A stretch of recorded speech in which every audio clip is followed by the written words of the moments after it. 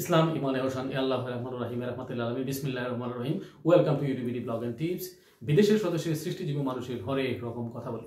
আশা করি পরম স্রষ্টার অপর মহিমায় ভালোই আছেন। আলহামদুলিল্লাহ আমি ভালো আছি। আজকের আলোচনা হচ্ছে পর্তুগাল কেন্দ্রিক প্রশ্ন উত্তর পর্ব। আপনারা যারা আমার ইউটিউব চ্যানেলে বিশেষ করে প্রশ্ন করেছেন তাদের এই উত্তর নিয়ে আজকের প্রশ্ন উত্তর পর্ব। এখানে অনেক কমন প্রশ্নের উত্তর পাবেন পর্তুগাল রিলেটেড বা সেনজেনের বা ইউরোপে যারা আসতে চান তারা কিভাবে আসতে, নানান প্রশ্ন। দেখুন, মজার মজার প্রশ্ন আছে এবং গুরুত্বপূর্ণ উত্তর পাবেন।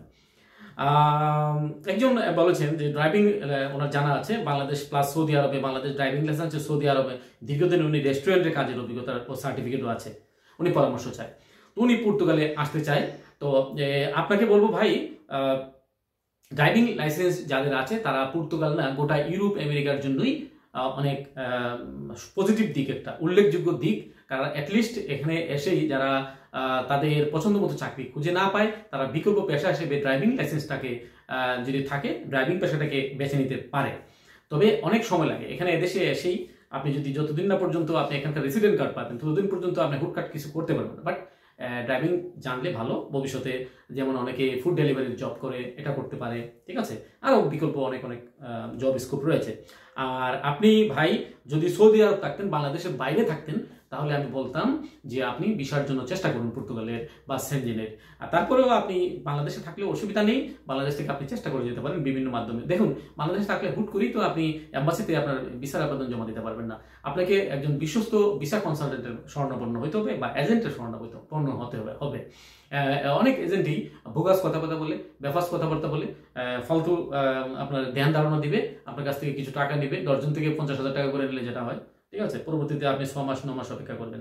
দেখবেন, ভেবে চিন্তে দেখবেন, অনেক ভাই ব্রাদাররা আবার ভালো কাজ করে, সুনামের সাথে কাজ করে, যারা তাদের কাছে আপনি আপনার ফাইল দিতে পারেন, চেষ্টা করতে পারেন। আপনার জন্য শুভকামনা। পর্তুগিজ নাগরিকত্ব পাওয়ার আবেদন 5 বছর থেকে কবে শুরু হবে? হ্যাঁ, এই ব্লগের নিচে একজনে কমেন্ট করেছেন, রাশেদ ইসলাম ভাই। অনেক বিজ্ঞজনের কাছ থেকে শুনেছি যে তারিখে ভিসা স্টাম্পিং হয় সেদিন থেকে 5 বছর গণনা করা হয়।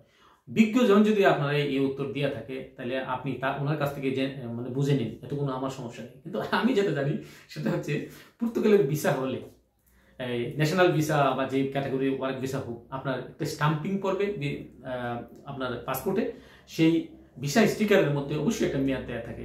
আর আপনি যে তারিখে আপনি পর্তুগালের মাটিতে ল্যান্ড করবেন, মানে ইমিগ্রেশন পাস করবেন, এয়ারপোর্ট পাস করবেন, সেখানে একটা সিল দিবে আপনাকে, সেদিন থেকে আপনি পর্তুগালে বৈধভাবে প্রবেশ করেছেন বলে কাউন্ট করা হবে।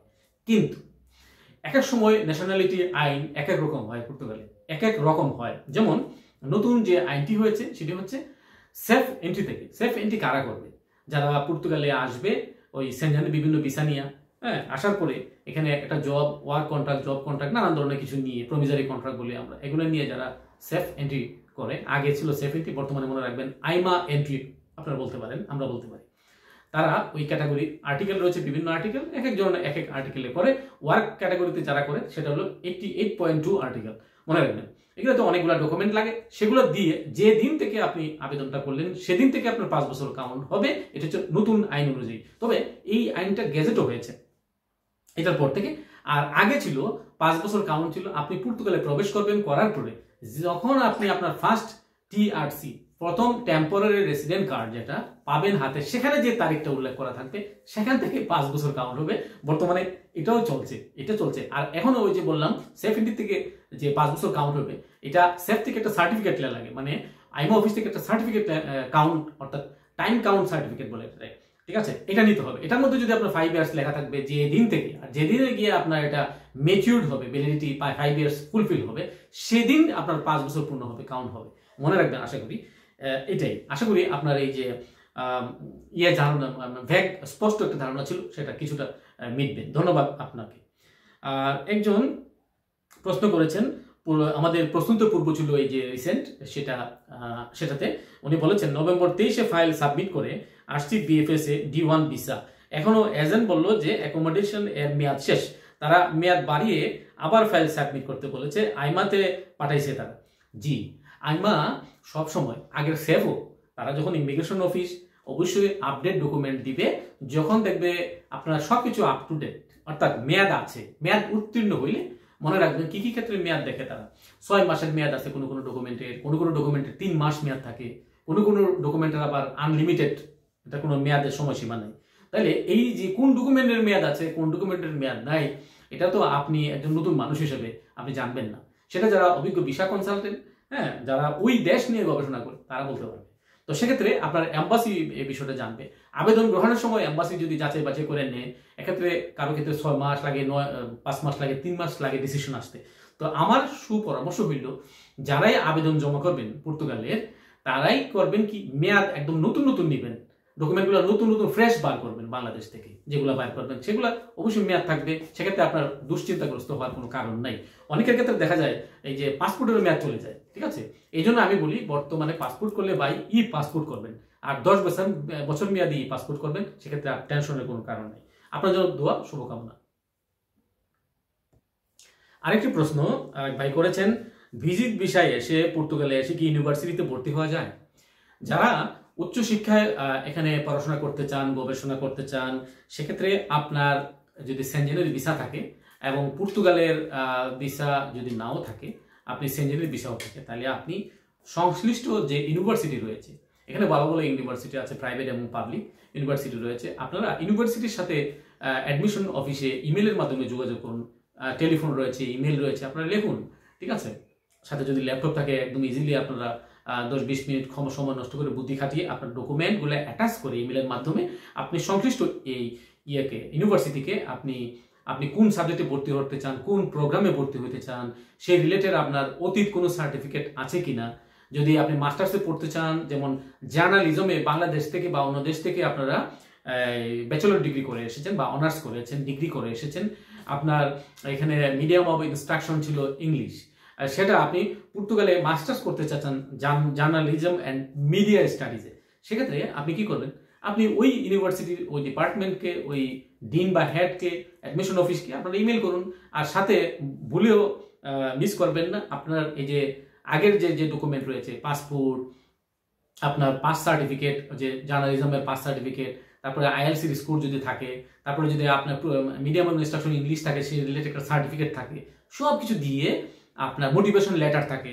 আর দেখবেন প্রত্যেকটা ইউনিভার্সিটির মধ্যেই আপনি কেন ওই প্রোগ্রামে ভর্তি হতে চান আমাদের ইউনিভার্সিটিতে মাস্টার্সে বা অনার্সে, এটার কারণটা কি, ওগুলা নিয়ে মোটিভেশনাল লেটার আপনার থাকতে হবে, কেমন। এগুলা সবকিছু সাজাইয়া সন্নিবেশিত করে অ্যাটাচমেন্ট আকারে আপনারা ইমেল করবেন। তাইলে আশা করি আপনার মনের এই আশা ইউনিভার্সিটিতে ভর্তি হওয়ার সেটা পূরণ হবে একদিন। আরেকজন সালাম দিয়েছেন, ওয়ালাইকুম আসসালাম রহমতুল্লাহ। পর্তুগালে বেতন বৃদ্ধি পূর্ব সিদ্ধান্ত হওয়ার পর সুন্দর একটি খবর দেবেন, আমরা আশা করি। দেখুন, পর্তুগালে বেতন অলরেডি নতুন বছরে অল্প কিছু বেড়েছে, কিন্তু ভবিষ্যতে এই যে আমি একটা নিউজ দিয়েছিলাম, সেটা আসলে সরকারের পক্ষ থেকে বললাম, সেটা যদি আবার বাড়ে কোনো সময়, ইনশাল্লাহ বেঁচে থাকি যদি, আপনাদেরকে জানাই দেব, এতে সমস্যা নেই। ধন্যবাদ। অনেক ভাই ব্রাদার, ঠিক আছে, শেষে খান টাইটেল, আগের নাম বলতেছি না, একেবারে কমন আমার কাছে আপনার কমেন্ট করে মেসেঞ্জারে মেসেজ দেয় যে আপনার নাম্বারটা চেয়েছিলাম, টাকা পয়সা চাই না, আপনার নাম্বারটা চেয়েছি আবার, এসব। তো এখন দেখুন, আমি পার্সোনালি কাউকে আমি নাম্বার দিই না, এটার জন্য আমি আগে সরি, অ্যাপোলজিস, ঠিক আছে। আর একটা জিনিস হচ্ছে, এই যে আপনারা প্রশ্ন করেন, আমি এখন যে উত্তর দিচ্ছি, তাহলে আপনি নিশ্চয়ই প্রশ্নটা করেছেন, আমি উত্তর দিচ্ছি, ঠিক আছে। তো এখন আপনি স্পেসিফিক যদি ওই রকম আমার কাছে নাম্বার না চাই, আপনি যদি প্রশ্ন করতেন, তাহলে আপনি আপনার উত্তরটা পেয়ে যেতেন। অন্য ভাইদের ক্ষেত্রে আমি যেভাবে উত্তর দিচ্ছি, সেক্ষেত্রে এখন ভাই, তারপর আমি বলছি, আপনি আপনার নির্দিষ্ট করে আপনি কি জানতে চান, আমার কাছে কি চান, সেটা কমেন্ট করুন, মেসেঞ্জারে পাঠান, কোনো সমস্যা নেই, বা আমার ইউটিউব চ্যানেলের ব্লগের নিচে কমেন্ট করুন। আমি ইনশাল্লাহ নেক্সট পর্বে প্রশ্নোত্তর আপনার উত্তর দেব। ওয়ার্ক পারমিট ভিসার জন্য গত মাসের 31 তারিখ জমা দিয়েছিলাম, টাকা এবং পাসপোর্ট স্ক্যান কপি। এখন কি করব, একটা পরামর্শ দেন ভাই। বর্তমানে ওয়ার্ক পারমিট কি পাওয়া সম্ভব? পেলেও কি ওয়ার্ক পারমিট এসে এম্বাসি ফেস করে কি ভিসা পাওয়া সম্ভব? দেখুন, অনেকে ভাই ব্রাদার আগাম প্রশ্ন করে, এই যে একটা টেনশন কাজ করে, এটা আসলে খুবই স্বাভাবিক, অস্বাভাবিক না। বর্তমানে যারা পর্তুগালে ভিসার জন্য আবেদন করেন, এটা ভিসা, এই যে পর্তুগালের সিজনাল ওয়ার্ক ভিসাগুলো হয়, যেমন এগ্রিকালচার সেক্টরগুলোতে ভিসা হয়, অন্য কোনো সেক্টরে আমার জানা মতে আমি শুনি নাই ভিসা হইতে, মানে ওয়ার্ক ভিসা হইতে, ঠিক আছে। যারা ভিসা আবেদন জমা দিতে চান, তারা এগ্রিকালচার সেক্টরের কোনো যদি ওয়ার্ক পারমিট পান, তাহলে আপনারা জমা দেন এবং অপেক্ষা করতে হয় 4-5 মাস এভারেজে। আপনারা ওই এম্বাসির জন্য আপনাকে ওয়েটিংয়ে রাখবে, ইন এন এভারেজ 8-10 মাস পর্যন্ত যেতে পারে। এতে করে ঘাবড়ানোর কোনো চলবে না। যদি ধৈর্য না থাকে ভাই, আপনারা পর্তুগালের চেষ্টা না করে অন্য দেশের চেষ্টা করুন, ঠিক আছে, যেমন ইটালিতে আছে, অন্যান্য দেশে আছে, কেমন স্পেনে আছে, মাল্টায় আছে, সেই সমস্ত দেশগুলোতে আপনারা সেনজেনের বর্তমানে 29টা দেশ, আপনারা যে কোনো একটা দেশে চেষ্টা করুন। আর আপনার জন্য দোয়া শুভকামনা রইল, তবে ধৈর্য থাকতে হবে।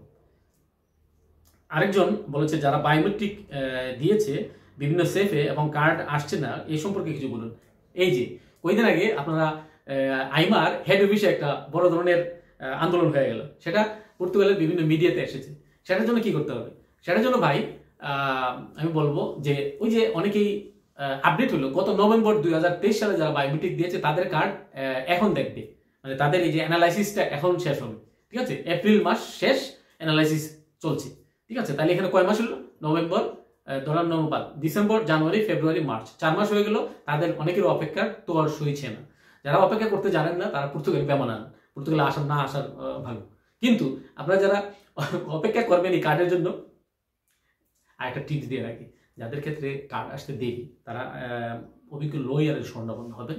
ও লয়ার কিছু কনসালটেন্ট ফি নেবে আর আপনার জন্য এটার খোঁজখবর নেবে। তা বায়োমেট্রিক দেওয়ার সময় একজন ভালো লয়ার নিয়ে আপনারা বায়োমেট্রিক দিলে মনে হয় ভালো হয়, কেমন? এটাই যারা এই ধরনের টেনশন করেন।